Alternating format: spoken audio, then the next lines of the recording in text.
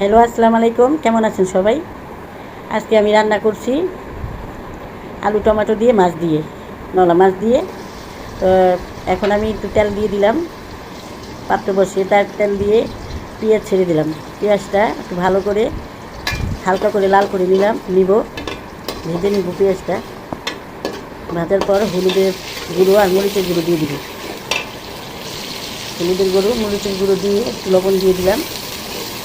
তো ভালো করে এটারও ভালো করে একটু নাড়া দিলাম। তো আপনারা যদি আমার পেজটাকে ভালো লাগে লাইক কমেন্ট শেয়ার দিন, ফলো দিয়ে পাশে থাকেন, শেয়ার করে দিন, আরেকজনকে দেখার সুযোগ করে দিন। আর বিশেষ করে আমাকে সাপোর্ট করেন, আমাকে সবাই আপনারা সাপোর্ট করেন, কারণ ফেসবুকে একজনকে ছাড়া আরেকজন কিছু না। আপনাদের সাপোর্ট আমার খুব দরকার, আপনারা সবাই আমাকে সাপোর্ট করবেন। তো আমি পানি দিয়ে দিলাম। পানির পরে আমি এখন একটু পানিটা বলকটা আসলে আমি আলু ছেড়ে দিব। আলুর সাথে টমেটো দিয়ে দিব। টমেটো দিয়ে একটু ভালো করে আবার নাড়াচাড়া দিয়ে টমেটো দিয়ে নাড়াচাড়া দিলাম, দিয়ে রেখে দিব। তো সবাই আমার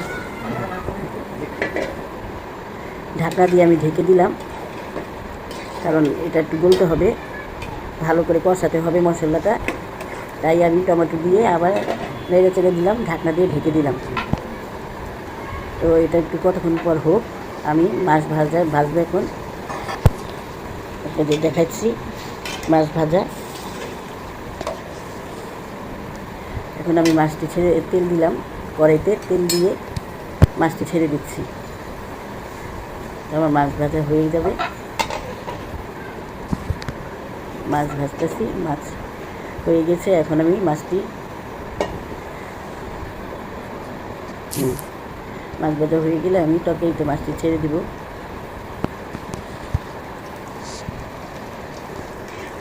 তো সবাই আমার পাশে থাকেন, আমাকে ফলো দিয়েন। আর বিশেষ করে আমাকে কমেন্ট বক্সে কমেন্ট করে জানাই যে আমার রান্নাবান্না কেমন হয়,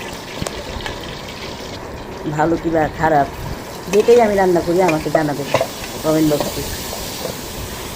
কমেন্ট বক্সে জানাবেন যে আমার রান্না কেমন হয়, ভালো হয় কি না খারাপ হয়। এখন আমি মাছটি তরকারিতে ছেড়ে দিচ্ছি। মাছটি তরকারিতে ছেড়ে দিলাম। তারপর আমি আবারও একটু ধনিয়া পাতা দিয়ে দিব। আমার